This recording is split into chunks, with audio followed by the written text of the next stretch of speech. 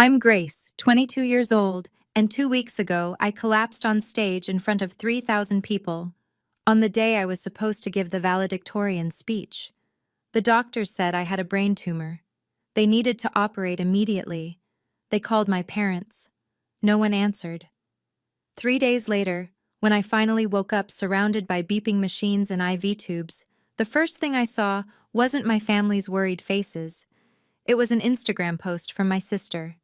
The whole family smiling in front of the Eiffel Tower with the caption, "Family trip in Paris. Finally, no stress, no drama." I said nothing. I didn't comment. I didn't call to confront them. Until 65 missed calls from Dad appeared on my screen along with one text. "We need you. Answer immediately." That's when I realized they weren't calling because they missed me. They were calling because they needed something else entirely. Before I continue, if you find this story worth hearing, please take a moment to like and subscribe, but only if you genuinely want to hear how this ends. And if you're watching right now, drop a comment telling me where you're from and what time it is there. Now, let me take you back 4 weeks ago, to the day everything started falling apart. 4 weeks before graduation. I'm standing in my childhood kitchen, watching Mom flip through a stack of wedding magazines. Not for me, of course.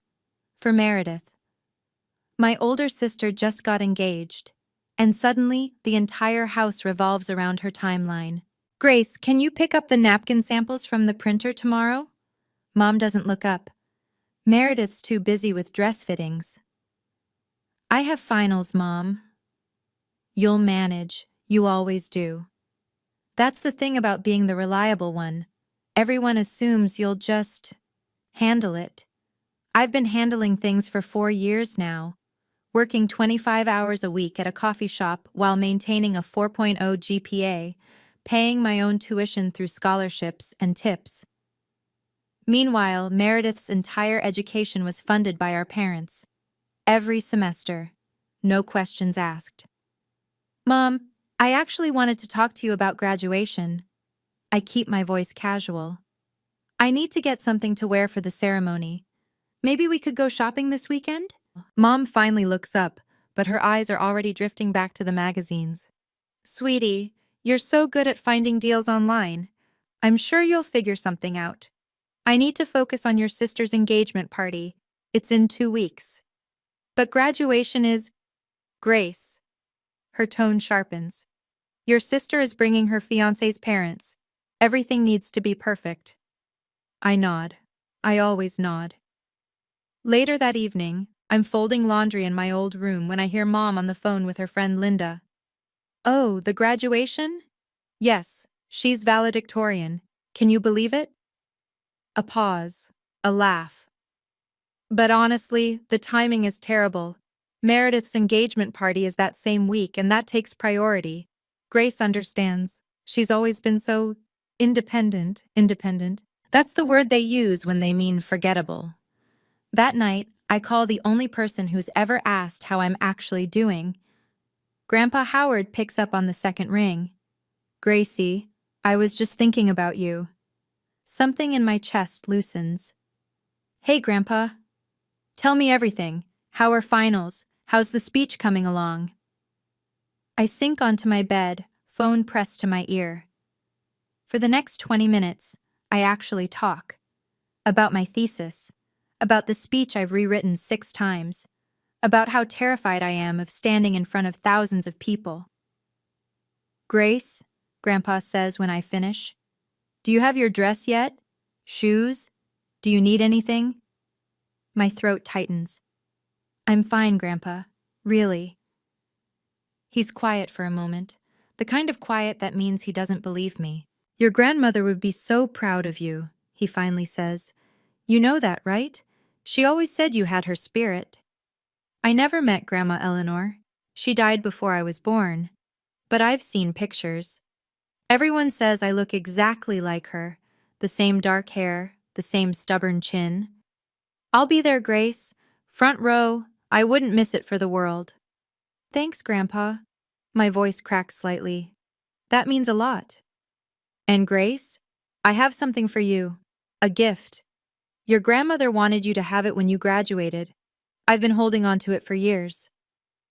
Before I can ask what it is, Meredith burst into my room without knocking. Grace, did you use my dry shampoo? I can't find it anywhere. I cover the phone. I don't use your stuff, Meredith. She rolls her eyes, flashes her engagement ring like it's a weapon. Whatever. Oh, congratulations on the valedictorian thing, I guess. Then she's gone. Grandpa heard everything. He says nothing, but his silence speaks volumes. 1 week before graduation. I'm running on 4 hours of sleep, 3 cups of coffee, and pure spite. Finals are done. My thesis is submitted. I've been pulling double shifts at the coffee shop because rent is due, and I refuse to ask my parents for help. They'd just use it as ammunition later. We helped you with rent that one time, remember? My head has been pounding for 3 days straight. I tell myself it's stress. It's always stress. Mom calls while I'm wiping down tables after closing. Grace, I need you home this weekend. The engagement party is Saturday and I need help with setup. Mom, I'm working. Call in sick. Meredith needs you. I grip the phone so hard my knuckles turn white. What about what I need? Silence. Then, Grace, don't be dramatic. It's one weekend. Your sister only gets engaged once. And I only graduate once, I think. Valedictorian, 4 years of perfect grades while working myself to exhaustion. But I don't say that. I never say that. Fine, I'll be there. I hang up and immediately feel the familiar ache behind my eyes intensify. The room tilts slightly. I grab the counter. You okay? My coworker Jamie looks concerned. Yeah, just tired. That night, I have a nosebleed that won't stop for 15 minutes. I tell myself it's the dry air. It's nothing. On the drive home, I get a text from Meredith. Don't forget to pick up the custom napkins and wear something nice. Tyler's parents will be there. Not how are you, not thanks for helping, just orders. My phone buzzes again. Dad this time. Can you pick up Aunt Carol from the airport Friday? Mom and I are busy with Meredith's party prep. I pull over to the side of the road. My hands are shaking, and I can't tell if it's rage or something else entirely. Rachel shows up at my apartment unannounced with Thai food and a worried expression. You look like death, she says, pushing past me into the kitchen. Thanks, love you too. Rachel Miller has been my best friend since freshman orientation. She's the only person who's seen me cry over my family. She's also brutally honest, which I both love and hate. Grace. She sets down the food and turns to face me. When's the last time you slept? Actually slept? I sleep. Liar. She crosses her arms. I talked to Jamie. She said you almost passed out at work yesterday. I was just dizzy. It's finals stress. It's your family stress. Rachel's voice softens. Grace, you're destroying yourself for people who won't even show up to your graduation. They're coming to graduation. Are they? I open my mouth to argue, then close it. Because the truth is, I don't know. Mom hasn't mentioned it in weeks. Dad keeps forgetting the date. Meredith doesn't even know I'm valedictorian. They'll come, I say weakly. It's my graduation. Rachel sits down across from me. Babe, in 4 years they haven't come to a single award ceremony. Not one. Remember when you won that teaching fellowship? Who was in the audience? You. And Grandpa. Exactly. She reaches across the table and takes my hand. Grace, you don't have to keep setting yourself on fire to keep them warm. They're not even looking at the flame. My eyes sting. I blink rapidly. That night after Rachel leaves, I'm brushing my teeth when my vision suddenly doubles. I grip the sink. The headache is back, worse than before. I should see a doctor, I think. But there's no time. The engagement party is tomorrow. I swallow 2 more ibuprofen and go to bed. My phone lights up, a text from Rachel. If anything happens, call your grandpa. He's the only one who actually cares. I don't respond. But I don't delete the message either. Meredith's engagement party. I've been on my feet for 6 hours, setting up chairs, arranging flowers, refilling champagne glasses, playing the role I was born into, the invisible support system. The backyard looks stunning. White lights strung across the oak trees, a three-tiered cake that costs more than my monthly rent. 40 guests in cocktail attire, laughing and toasting to my sister's future. No one asks about mine. Grace, more champagne over here. Mom waves from across the lawn. I grab another bottle and make my way through the crowd. My head is pounding. I smile through it. Meredith is holding court near the fountain, Tyler's arm around her waist. She's 3 glasses of champagne deep and glowing. Everyone, this is my little sister. She pulls me into the spotlight. Grace does everything around here. Seriously, I don't know what we'd do without her. Scattered applause, a few polite smiles. Then Meredith leans in, her voice carrying just far enough. She's so good at, helping. She's going to be a teacher. Can you imagine? Wiping noses for a living. Laughter. Light, dismissive laughter. I keep smiling. My face hurts. Oh, and she's graduating next week. Meredith adds like an afterthought. Veil something? What's it called again? Valedictorian, I say quietly. Right, that. Meredith waves her hand. She's always been the smart one. But smart doesn't buy Louboutins, does it? More laughter. I excuse myself to the kitchen, lean against the counter, breathe. Through the window, I notice an older man watching the scene. I recognize him, Mr. Patterson, Grandpa's former colleague. His expression is unreadable. My phone buzzes, a text from an unknown number. Your grandfather should know how your family treats you. I look up. Mr. Patterson raises his glass slightly in my direction, then turns away. My hands are trembling. But this time, I don't think it's just the humiliation.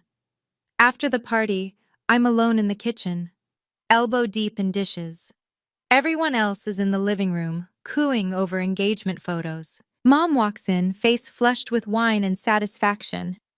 Grace, I have wonderful news. I don't turn around. What is it? We're going to Paris, the whole family. Tyler's treating us to celebrate the engagement. My hands stop moving in the soapy water. Paris? When? Next Saturday. We fly out Friday night. Friday night. Graduation is Saturday morning. Slowly, I turn around. Mom, my graduation is Saturday. She waves her hand. I know, sweetie, but the flights were already booked when we realized. Tyler got such a good deal. You're missing my graduation for a vacation. Don't say it like that. Mom frowns. It's not just a vacation. It's for your sister. I'm valedictorian, Mom. I have to give a speech. And you'll be wonderful. You don't need us there, Grace. You've always been so self-sufficient. I stare at her, waiting for her to hear herself, waiting for something to click. Nothing does. Dad agrees with this? As if summoned, Dad appears in the doorway. He can't meet my eyes. Grace, your mother and I discussed it. Meredith needs family support right now. She's going through a big life change. And graduating valedictorian isn't a big life change? You're strong. Dad's voice is tired. You don't need us the way your sister does. The room tilts. I grab the counter. Grace? Mom's voice sounds far away. You look pale. I'm fine. I'm not fine. My vision is blurring at the edges. The headache is screaming now, a sharp pressure behind my left eye. I need to go, I manage. Early shift tomorrow. I walk out before they can respond. In the car, I sit in the darkness for 10 minutes. Then I drive to my empty apartment and cry until I can't breathe. 3 days before graduation. I'm lying on my apartment floor because getting up feels impossible. Rachel's voice crackles through speakerphone. They're skipping your graduation for a vacation? A vacation? It's for Meredith's engagement. Grace, stop making excuses for them. I'm not making excuses. I'm just accepting reality. That's worse. I stare at the ceiling. There's a water stain shaped like a broken heart. Fitting. 4 years, Rachel continues. 4 years you worked yourself half to death, and they can't postpone one trip? Apparently not. She goes quiet, then softer. How are you feeling? Physically, I mean. You sounded weird on the phone yesterday. I'm fine. Grace. Really, just tired. That night, I wake up at 3 a.m. with the worst headache of my life. The pain is so intense I actually whimper. I stumble to the bathroom. Blood. My nose is bleeding again. Heavy this time. It won't stop. I sit on the cold tile floor, head tilted back, waiting. 15 minutes. 20. Finally, it slows. I look at myself in the mirror. Dark circles. Hollow cheeks. When did I start looking like a ghost? I should see a doctor. But graduation is in 3 days, and I have a speech to memorize. I text Rachel. I'm fine, going back to sleep. Then I open my photos. Scroll until I find one of Grandpa and me from last Christmas. He's the only one looking at the camera, the only one standing next to me. I think about what Rachel said. If anything happens, call your grandpa. He's the only one who actually cares. I save his number as my second emergency contact, just in case. Then I swallow more ibuprofen and tell myself 3 more days. I can survive 3 more days. If you've ever felt invisible to the people who were supposed to love you most, if you've ever been the one everyone relies on but no one actually sees, comment invisible below. I see you. I was you. And if you want to know what happened at my graduation, what really happened when I stepped onto that stage, stay with me. Because the next part, I'll never forget it as long as I live. One day before graduation, Grandpa Howard calls while I'm practicing my speech for the 100th time. Grace, are you ready for tomorrow? As ready as I'll ever be. I set down my index cards. Are you sure you can make it? I know the drive is long. Wild horses couldn't keep me away. I can hear the smile in his voice. I'm leaving tonight, staying at a hotel near campus. I want to be there early. My throat tightens. Grandpa, you don't have to. I want to. I need to give you something. He pauses. Something your grandmother wanted you to have. Grandma? She left it for you before she passed. Made me promise to wait until you graduated college. She knew you'd make it, Grace. Even before you were born, she knew. I don't know what to say. Grandpa, what is it? You'll see tomorrow. Just know that your grandmother and I have always believed in you. Even when... He trails off. Even when what? Even when others forgot to. A long pause. Grace, did your father ever tell you I offered to help with your tuition? What? This is news to me. No, he always said you couldn't afford to help both of us. Grandpa makes a sound, somewhere between a sigh and a bitter laugh. Is that what he told you? Grandpa, what do you mean? Tomorrow, he says gently. We'll talk tomorrow, after the ceremony. For now, just know this. You are not alone, Grace. You never were. I hang up the phone, more confused than before. Grandpa had money? He offered to help with my tuition? Then where did it go? The questions chase each other in circles. My head throbs. But there's no time to dwell. Tomorrow is the biggest day of my life. I just have to make it through one more night. Graduation morning. I wake up to a pounding headache and a text from Mom. Just landed in Paris. Have a great graduation, sweetie. So proud of you. Attached is a selfie. The whole family at Charles de Gaulle Airport. Meredith is pouting for the camera. Dad's giving a thumbs up. Mom's smiling like she doesn't have a care in the world. Like she hasn't abandoned her daughter on the most important day of her life. I don't respond. Rachel picks me up at 9. She takes one look at me and frowns. Grace, you're gray. Like actually gray. I'm nervous. It's fine. It's not fine. When did you last eat? I had coffee. That's not food. She forces me to eat half a granola bar while she drives. I manage 3 bites before my stomach rebels. The campus is already buzzing with activity, families everywhere, balloons, flowers, proud parents snapping photos. I try not to look at them. In the staging area, I check my phone one more time. Another text from Mom. Send pics. We want to see everything. They want to see everything, but they didn't want to be there to see anything. I'm about to put my phone away when I notice something. My emergency contact form for the university. I filled it out freshman year and never updated it. Primary contact, Douglas Donovan, father. Secondary contact, Pamela Donovan, mother. On impulse, I pull up the form online, add a third line. Secondary contact, Howard Donovan, grandfather. I don't know why. It just feels right. Then I see him, Grandpa in the front row, already seated, already waiting. He waves. In his hands, I can see a manila envelope. I wave back.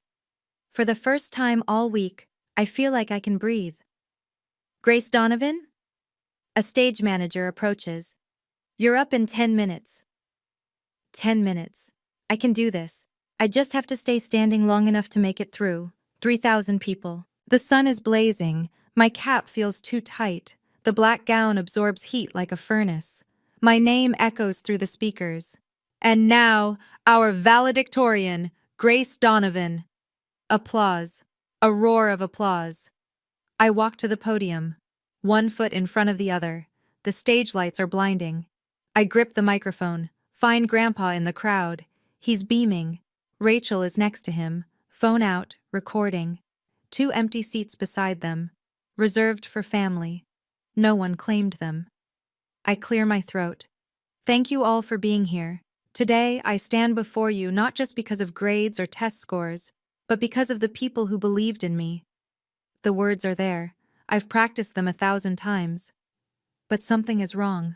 The stage tilts. My vision narrows, tunneling to a single point. The microphone slips. I hear my own voice, distant, strange. Believed in me when I couldn't. Pain explodes behind my eyes, white hot, blinding. The world spins. I see Grandpa's face, confusion turning to horror. I see Rachel standing up. I see the 2 empty seats. And then I see nothing. My body hits the stage floor with a sound I'll never forget, screaming. Somewhere far away, people are screaming. Call 911. Get a doctor. Someone call her family. Hands on my face, Rachel's voice shaking. Grace, Grace, can you hear me? Grandpa's weathered hand gripping mine. I'm here, sweetheart. I'm here. I try to speak, try to tell them I'm okay, but the darkness is swallowing me whole. The last thing I hear before everything goes black is a stranger's voice, urgent and panicked. We're calling her parents now. Does anyone have their number? They won't answer, I think. Then I'm gone. This part of the story I didn't witness myself. Rachel told me later, when I could finally bear to hear it. The ambulance took 14 minutes. I was unconscious the entire time. At the hospital, doctors moved fast. CT scan, then MRI. Their faces got grimmer with each result. Brain tumor, the neurosurgeon told Rachel and Grandpa in the waiting room. Pressing on her frontal lobe, we need to operate immediately. Operate? Rachel's voice cracked. Right now? Within the hour. We need family consent. Rachel pulled out my phone, found my parents' number. First call, straight to voicemail. Second call, straight to voicemail. Third call, voicemail. Please, Rachel begged into the phone. Grace is in the hospital. It's an emergency. Call us back. Nothing. Grandpa tried next, called his son directly. Douglas picked up on the 5th ring. Dad, we're at the airport about to board. Grace collapsed at graduation. She has a brain tumor. She's in surgery in 40 minutes. Silence on the other end. Then Douglas's voice, strangely calm. Dad, we're about to take off. Can you handle things? We'll call when we land. Rachel told me Grandpa's face turned to stone. Your daughter is about to have emergency brain surgery, he said slowly. And you're asking me to handle it? Dad, the flight is 12 hours. By the time we get back, she'll be out of surgery anyway. There's nothing we can do from here. A long pause. Douglas, I want you to hear this clearly. If you get on that plane, don't bother calling me again. But Douglas did get on that plane. They all did. Grandpa signed the consent forms as my emergency contact. And when they wheeled me into surgery, I had two people waiting, my grandfather and my best friend. My family was 30,000 feet in the air, choosing Paris over me. I wake up 3 days later. The first thing I see is white. White ceiling, white walls, white sheets. The second thing I see is Grandpa, asleep in a chair next to my bed, still wearing the suit from graduation. The third thing I see is Rachel, curled up on a cot in the corner, dark circles under her eyes. I try to speak. My throat feels like sandpaper. Rachel stirs, opens her eyes, sees me. Grace. She's at my bedside in seconds, tears streaming. Oh my God! Grace! Grandpa wakes, his face crumbles with relief. My girl, he whispers. My brave girl. I try to form words. What happened? Rachel and Grandpa exchange a look, the kind of look that tells me something is very wrong. You had a brain tumor, Rachel says carefully. They removed it. You're going to be okay. Surgery? 3 days ago. You've been unconscious. 3 days. I turn my head, see my phone on the nightstand, charging. My parents? Another look exchanged. Rachel hands me the phone. Grace, maybe you should wait. But I'm already opening Instagram. And there it is, posted 18 hours ago. A photo of my entire family, Mom, Dad, Meredith, standing in front of the Eiffel Tower at sunset. The caption, family trip in Paris. Finally, no stress, no drama. Blessed #family time. 247 likes. 32 comments, all gushing. I scroll through the other photos. Champagne at a cafe. Meredith in a couture dress. Dad eating croissants. Not one mention of me. Not one. Grace. Rachel's voice is gentle. They know you're in the hospital. Grandpa called them. I look at my grandfather. His jaw is tight. They know. I stare at the photo again. No stress, no drama. That's what I am to them. Stress, drama. I close Instagram. I don't cry. I don't have the energy left to cry. 4 days after surgery, I'm getting stronger. The doctors say the tumor was benign. They caught it just in time. I don't post on social media. Don't comment on Meredith's photos. Don't call to confront my parents. I just exist, heal, try to process. Grandpa visits every day. Rachel practically lives in my hospital room. The nurses know them both by name now. You need to eat more, Grandpa says, pushing a container of soup toward me. I'm not hungry. Grace Eleanor Donovan, you will eat this soup or I will spoon-feed you myself. I almost smile. Almost. That evening, Rachel goes home to shower. Grandpa falls asleep in his chair. I'm finally alone with my thoughts. That's when my phone lights up. 1 missed call from Dad, 5 missed calls from Dad, 20 missed calls from Dad, 65 missed calls from Dad. My heart stutters. Then the texts start appearing. Dad. Grace, call me back, important. Dad. Answer your phone. Dad. We need to talk, now. Dad. Grace, this is urgent. Call immediately. Mom. Honey, call your father, please. Meredith. Grace, what did you do? Dad is freaking out. I scroll through them. 65 missed calls, 23 texts. Not one asks how I am. Not one says we're sorry. Not one says we love you. Just, we need you. Answer immediately. I show Grandpa when he wakes up. His face darkens. They know, he says quietly. Know what? He takes a deep breath. Grace, there's something I need to tell you. Something about why they're really calling. What do you mean? It's not because they're worried about you. His voice is heavy. It's because I told them about the gift, your grandmother's gift, and they just realized what they might lose. My blood runs cold. Grandpa, what gift? He looks at me with tired, sad eyes. It's time you knew the truth. Grandpa pulls his chair closer, takes my hand. 22 years ago, when you were born, your grandmother and I made a decision. We opened an education savings account in your name. For college? Not exactly. He shakes his head. We knew your parents would pay for college. That's what we told ourselves anyway. This account was different.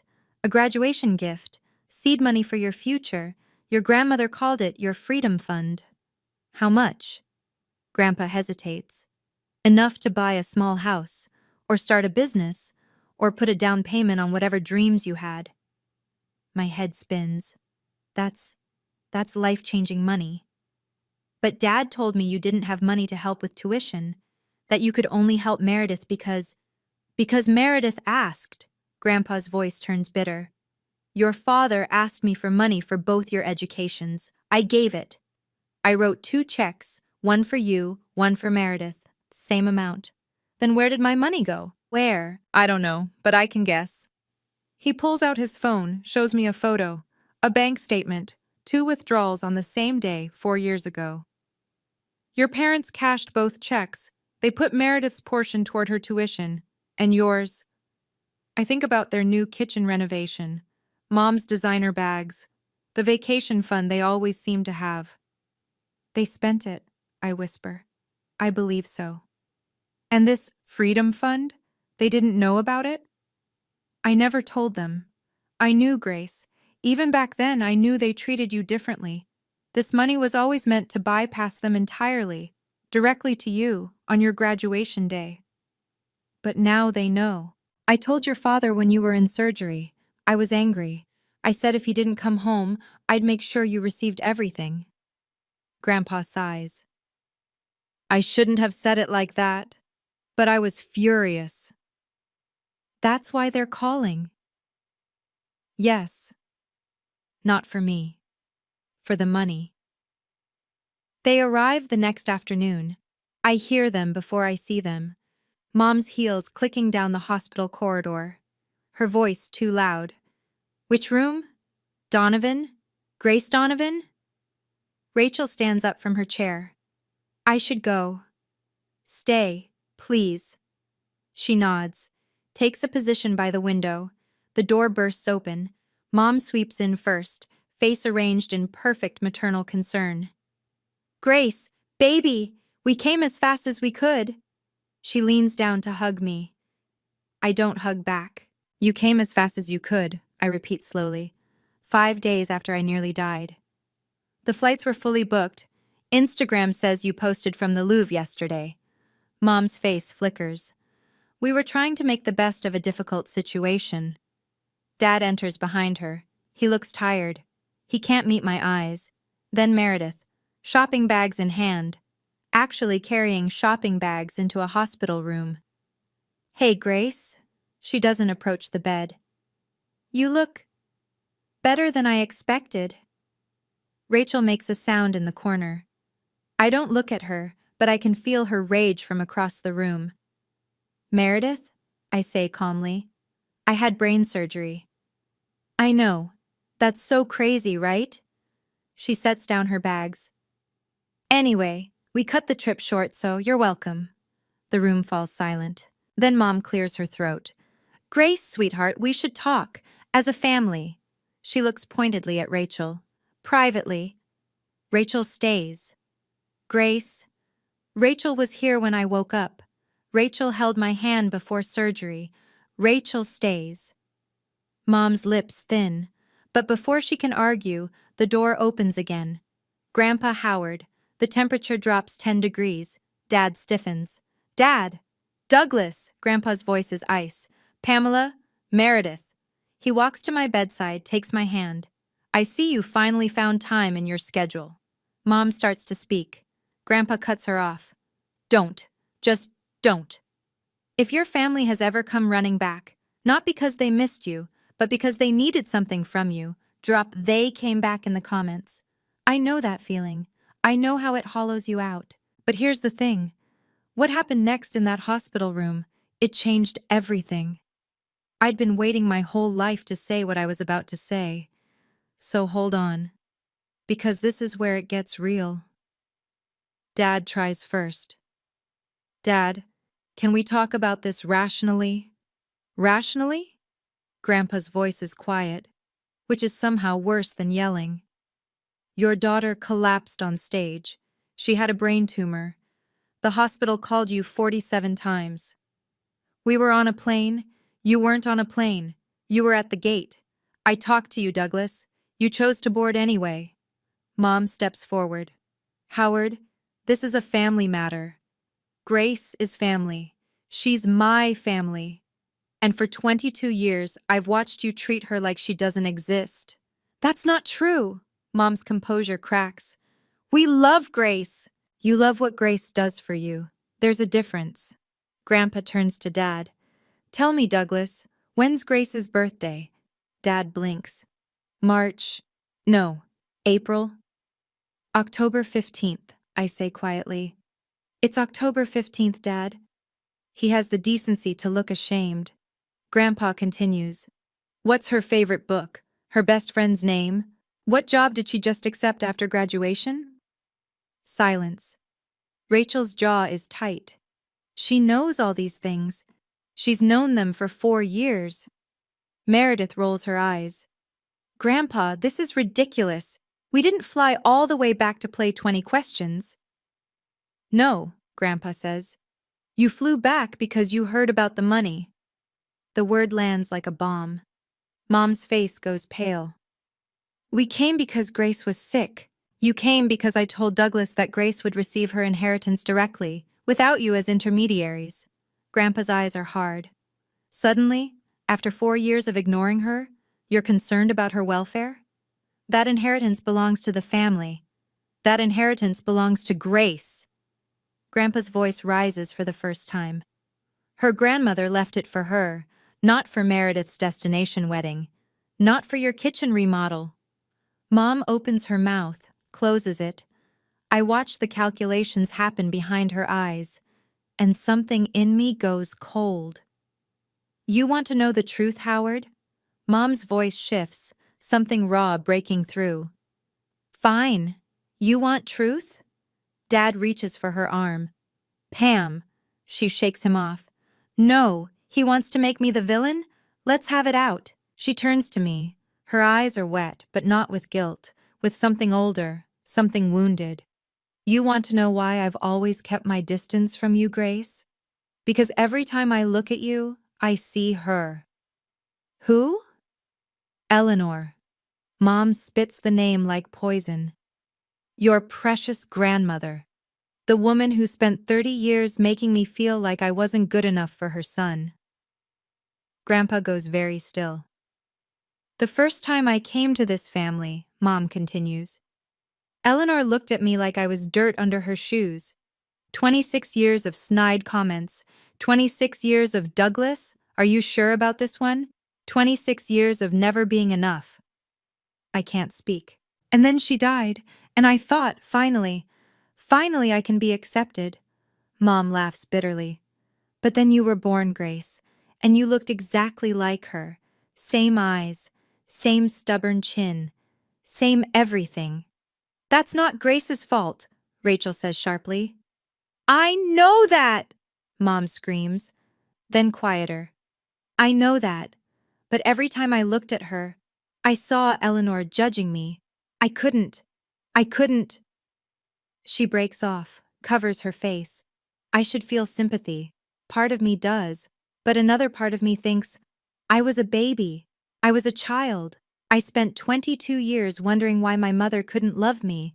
And the answer is, because I have my grandmother's face. A woman I never even met. Mom, I say slowly, I'm not Grandma Eleanor. I know. Do you? Because I've spent my whole life paying for something I didn't do. She doesn't answer. That tells me everything. I push myself up against the pillows. My body is weak, but my voice is steady. Mom, I say. I understand now. You had a painful relationship with Grandma. You felt judged. That hurt you. Hope flickers in her eyes. But that is not my fault. The hope dims. For 22 years, I've done everything right. Perfect grades, no trouble. I worked 3 jobs so you wouldn't have to pay for my education. I showed up to every family event. I helped with every party, every holiday, every crisis. Grace, I'm not finished. My voice doesn't waver. I did all of that because I thought if I tried hard enough, you would finally see me. Finally love me the way you love Meredith. Meredith shifts uncomfortably. But I was wrong, because you were never going to see me. You were always going to see her. I turn to Dad. And you. You watched this happen for 22 years and said nothing. He flinches. Grace, I didn't know how to How to what? Stand up for your daughter? Ask your wife why she flinches when I enter a room? It's complicated. It's really not. I shake my head. You chose the path of least resistance, and the path of least resistance meant sacrificing me. Grandpa squeezes my hand. I look at each of them in turn, Mom crying quietly, Dad staring at the floor, Meredith, arms crossed, defensive. I don't hate you, I say, any of you, but I also can't keep pretending this is normal. I can't keep being the invisible one. What do you want? Dad asks quietly. I take a breath. I want you to see me as a person, not as a ghost, not as a burden, not as someone who exists to make your lives easier. And if we can't? I meet his eyes. Then I'll mourn the family I wished I had, and I'll build a new one. The room is silent. I turn to Grandpa. I want to talk about Grandma's gift. He nods, pulls the manila envelope from his jacket, the same envelope he brought to graduation. This is yours, he says. Your grandmother set it aside 25 years ago. It's been growing interest ever since. I take the envelope. Don't open it. I know what you're thinking, I say to my parents. You're wondering if I'll share it, if I'll bail out Meredith's wedding or pay for your next renovation. Mom starts to speak, stops. I'm not going to do that. Grace! Meredith finally breaks her silence. That's so selfish. Grandma wanted me to have it, not you, me. But we're family. Family. I almost laugh. You're using that word now? After you posted Instagram photos from Paris while I was in brain surgery? Meredith's face reddens. I didn't know it was that serious. Because you didn't ask. She falls silent. I look at Mom. I'm not taking this money to hurt you. I'm taking it because it's mine. Because Grandma wanted me to have options, to not depend on people who see me as an afterthought. What about us? Dad asks. Are we just supposed to lose you? You already lost me. My voice softens, just slightly. Years ago, when you stopped showing up, when you stopped asking how I was, when you let me become invisible. I take a breath, but I'm not shutting the door completely. If you want to be in my life, really in my life, you have to earn it. You have to see me as Grace, not as Eleanor's ghost, not as Meredith's backup, just me. And if we try, Mom's voice is small, then we can start over, slowly, with boundaries. What kind of boundaries? I look her in the eye. I'll let you know when I'm ready. Meredith moves first. She grabs her shopping bags, face tight with anger. This is insane. You're choosing to tear this family apart over money. This isn't about money, Meredith. Really? Because it sounds like I nearly died. You went shopping. She freezes. I'm not saying that to make you feel guilty. I'm saying it because you need to hear it. You need to understand what it felt like to wake up in a hospital bed and see your family posing in front of the Eiffel Tower. Her lower lip trembles. For a moment, I see something crack behind her eyes. Then she walks out. The door clicks shut behind her. Mom is crying now. Real tears. The kind that can't be faked. I'm sorry, she whispers. I'm so sorry, Grace. I know. I was wrong. I was so wrong. I know, Mom. But I don't know how to fix it. Neither do I, not yet. I pause. But if you really want to try, you have to get help. Talk to someone, a therapist. Work through whatever Eleanor made you feel, so you stop projecting it onto me. She nods, wipes her eyes, leaves without another word. Now it's just me, Dad, Grandpa, and Rachel. Dad sits down heavily in the chair beside my bed. Grace, he says quietly, I failed you. Yes. I should have protected you. Yes. I told myself you were strong, that you didn't need me, but that was just an excuse. It was. He looks at me. For the first time, maybe ever, really looks at me. I can't undo 22 years, but can I try to do better? I study his face, the genuine remorse there. Call me next week, I say finally. Ask me how I'm doing, and actually listen to the answer. He nods, stands, squeezes my hand once. I will. Then he's gone too. 2 weeks later. I'm discharged from the hospital with a clean bill of health. The tumor is gone. The doctors call it a miracle. I call it a second chance. I don't move back home. I use a small portion of Grandma's gift to rent a tiny apartment near the school where I'll be teaching in the fall. It's nothing fancy, 1 bedroom, a kitchenette, a window that overlooks a parking lot. But it's mine. The fallout happens fast. Meredith blocks me on every social media platform. Her new bio reads, "Some people don't appreciate family." I screenshot it, send it to Rachel. Rachel sends back a string of middle finger emojis. 2 days later, I get a call from Rachel. She sounds gleeful. You're not going to believe this. What? Tyler, Meredith's fiancé, he heard the whole story. From his mother, who heard it from the hospital grapevine. Rachel is practically bouncing. He's reconsidering the engagement. I don't feel triumphant, just tired. That's not what I wanted. I know, but still. A week after that, I see on Facebook that the engagement party photos have been deleted. Then the engagement announcement itself. Mom texts me, Meredith is devastated. I hope you're happy. I stare at the message for a long time. Then I type back, I'm not happy about her pain, but I'm not responsible for it either. She doesn't respond. Dad, to his credit, does call. The following Tuesday, right when he said he would. Hi, Grace. Hi, Dad. How are you feeling? Better. Still tired, but better. A pause, then, what did you have for dinner last night? I almost smile. Such a small question, but he's never asked it before. Pasta, I say. With Rachel. That sounds nice. It's awkward, stilted, but it's something. For now, it's enough. 3 months later, I'm standing in my new classroom arranging desks, 8th grade English. 26 students starting Monday. Rachel is helping me hang posters, or rather, criticizing my poster placement while eating my chips. A little to the left, she says, mouthful. No, you're left.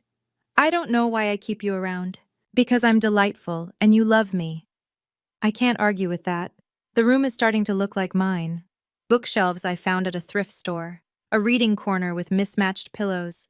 A bulletin board that says, "Every voice matters." My phone buzzes. Grandpa. How's the setup going? Almost done. Are we still on for dinner Sunday?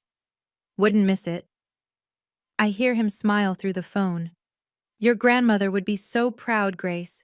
Building your own classroom, your own life. My eyes sting. I wish I'd known her. You would have loved each other. He pauses. Speaking of which, I found something while cleaning out the attic. A letter she wrote before she passed, addressed to my future granddaughter. I grip the phone. What? She wrote it 25 years ago, before your mother was even pregnant. She just knew somehow. What does it say? That's for you to find out. I'll bring it Sunday. After he hangs up, I sit down in my teacher's chair, the one I'll use every day for the next school year. Rachel plops into a student desk. You okay? She wrote me a letter before I was born. Rachel's eyes widen. That's kind of amazing. Yeah. I look around my classroom, at the life I'm building from scratch. It is. Outside, the sun is setting. Golden light streams through the windows. For the first time in months, maybe years, I feel like I'm exactly where I'm supposed to be. 1 month later. A knock on my apartment door, Sunday afternoon. I open it to find Dad standing there holding a cardboard box. Hi, Grace. I blink. Dad? I wasn't expecting. I know, I should have called. He shifts the box in his arms. Can I come in? I step aside, let him enter. My apartment is small but cozy now. Plants in the window, photos on the shelf, Rachel at graduation, Grandpa and me at a restaurant, my students' artwork from the first week of school. Dad looks around, taking it in. You've made this nice. Thanks. He sets the box on my tiny kitchen table. I brought you something. What is it? Open it. I pull back the cardboard flaps. Inside, photo albums, old books, a hand-embroidered handkerchief. Grandma Eleanor's things, I whisper. Your mother was going to throw them out. Dad won't meet my eyes. I couldn't let her. I lift the handkerchief. Delicate flowers stitched along the edges, the initials ED in the corner. Dad. I don't know what to say. I know I can't fix 22 years. His voice is rough. I know I failed you in ways that can't be undone, but I wanted you to have these, to know where you come from. I set the handkerchief down. Look at my father. He looks older than I remember, tired, uncertain. I'm not asking for forgiveness, he says quietly. I'm just asking for a chance to be better. I think about all the years of silence, all the missed birthdays and empty seats, but I also think about those Tuesday phone calls, awkward and stilted but consistent every single week. Okay, I say finally. Okay? Okay, you can try. I pause. But Dad, trying means showing up, not just when it's convenient. He nods, swallows hard. I understand. Do you want coffee? He almost smiles. I'd like that. 6 months after graduation. I'm sitting at my desk after the last bell. The classroom is quiet now. 26 chairs, 26 stories, 26 kids who will come back tomorrow expecting me to teach them how to find their voices. A knock on my door. Ms. Donovan? It's Marcus, one of my quieter students. Can I ask you something? Of course. He shuffles in. 13 years old, always in the back row, rarely speaks up. Did you ever feel like no one sees you? My heart clenches. Yes, I tell him honestly. For a very long time, I felt exactly like that. What did you do? I think about my answer carefully. I found people who did see me. My grandfather. My best friend.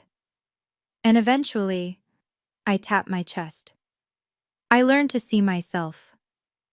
That's it? That's a lot harder than it sounds. I smile. But once you know your own worth, you stop needing everyone else to tell you. He nods slowly. Thanks, Ms. Donovan. After he leaves, I stay at my desk a while longer.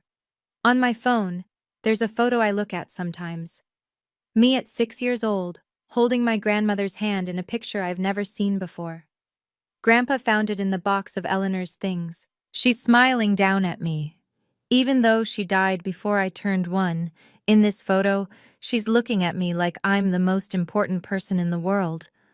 I used to think love was something you had to earn, work for, sacrifice yourself for. Now I know better. Love is who shows up. Love is who stays. And I don't need to keep setting myself on fire to prove I'm worth someone's warmth. I know my worth now. That's enough. That's more than enough. 1 year after graduation, my phone rings while I'm grading papers. A number I haven't seen in months. Meredith. I let it ring twice, 3 times. Then I answer. Grace? Her voice is smaller than I've ever heard it. Can we talk? I'm listening. Tyler left. For real this time. She laughs, but it's hollow. Turns out his family didn't want a daughter-in-law from a family that abandons people in hospitals. I don't say anything. And I got into some debt. Credit cards. I thought Tyler would help cover it, but she trails off. I don't know what to do. Why are you calling me? Because you're the only person who doesn't want something from me. Her voice breaks. Mom and Dad are furious. They keep talking about how I embarrassed them. My friends only liked me because of Tyler's money, and I hear her crying, real tears, the kind you can't fake. Part of me wants to say, now you know how it feels. To be alone, to be abandoned. But that's not who I want to be. Meredith, I say carefully, I'm sorry about Tyler. I'm sorry you're hurting. You don't have to, but I can't fix this for you. I can't pay off your debt or make Tyler come back. That's not my role anymore. Silence. Then why did you answer? Because you're my sister, and I wanted you to know that I don't hate you. She's quiet for a long moment. I was terrible to you, she whispers. Yes. I don't know why, I never had to try. Everything was always handed to me, and you worked so hard, and I think I was jealous. Maybe. Can we ever be okay? I think about it. Really think. I don't know, I say honestly. But if you're willing to do the work, I'm willing to try. Really? Really. But Meredith, you have to actually change, not just say you will. I know. I hope so. 2 years after graduation. I'm sitting in a crowded auditorium, waiting for Grandpa Howard to take the stage. The banner behind the podium reads, Community Educator of the Year Award. Rachel is beside me, dressed up for once. I can't believe he's finally getting recognized. He deserves it 10 times over. The announcer calls his name. The crowd applauds. Grandpa walks slowly to the podium, 80 years old but still standing tall. He adjusts the microphone, scans the audience until his eyes find mine, and then he smiles. Thank you for this honor, he begins. But I want to dedicate this award to someone else, my granddaughter Grace. My breath catches. 2 years ago, I watched this young woman collapse on stage at her graduation. She had a brain tumor. She nearly died. He pauses. And she woke up to find that the people who should have been there weren't. The audience is silent. But Grace didn't give up. She didn't become bitter. Instead, she built a life filled with people who love her for who she is, not what she can do for them. She's teaching now, shaping young minds, showing kids every day that they matter. His voice wavers. Her grandmother, my Eleanor, once told me, the people who are forgotten by the world need us to remember them the most. Grace taught me what that really means. I'm crying now. Rachel is crying too. Grandpa raises his award toward me. This belongs to you, sweetheart, for having the courage to choose yourself. After the ceremony, I hug him so tight I think I might never let go. I love you, Grandpa. I love you too, Grace. Your grandmother would be so proud. I know, I whisper. I finally know. My family is complicated. It always will be. Dad calls every Tuesday. Mom sends cards on holidays now, careful and polite. Meredith is in therapy. We text sometimes. But my real family? They're the ones who showed up, the ones who stayed. Rachel, Grandpa, my students, and finally, myself.